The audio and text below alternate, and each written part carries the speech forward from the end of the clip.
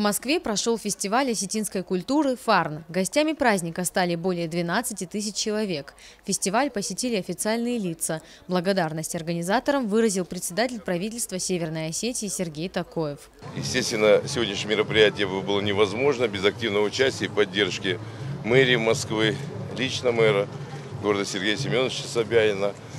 Поэтому от имени не только диаспоры и от главы республики, от всех жителей республики хочу сказать слова благодарности в адрес руководства города Москвы.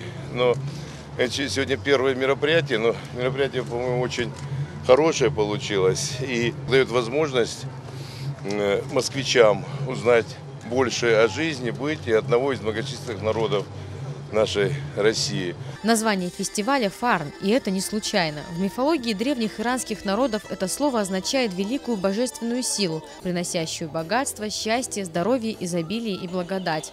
Празднику предшествовала огромная подготовительная работа Департамента межрегионального сотрудничества и постпредства, правительства Москвы и правительства Северной Осетии. Руководство Москвы приняло официальное решение. Одну из новогодних елок в этом году подготовят специально для детей Осетии. Москва – это не просто регион России. Москва – столица России. И вот эти свои столичные функции Москва исполняет, на мой взгляд, неформально. И то, что в Москве собираются представители всех республик Российской Федерации, всех народов Российской Федерации, это замечательно, и это и есть главная столичная функция. Москва она сближает все народы Российской Федерации.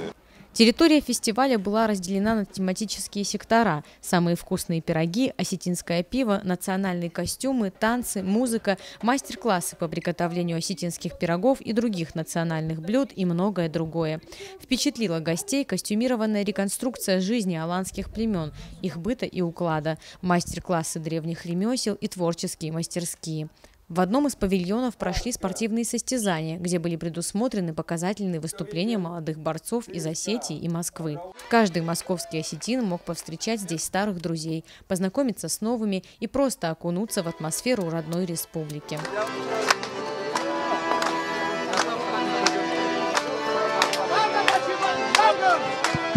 Кульминацией праздника стал гала-концерт. Звучали осетинские песни, национальная музыка, искрометные шутки КВНщиков, радовали глаз прекрасные танцы. По поручению главы Северной Осетии звание заслуженного артиста присвоили Вадиму Чельдиеву, а Рита Бицеева теперь заслуженный художник.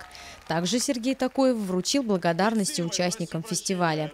День Осетии теперь навсегда вписан в календарь знаменательных дат Москвы.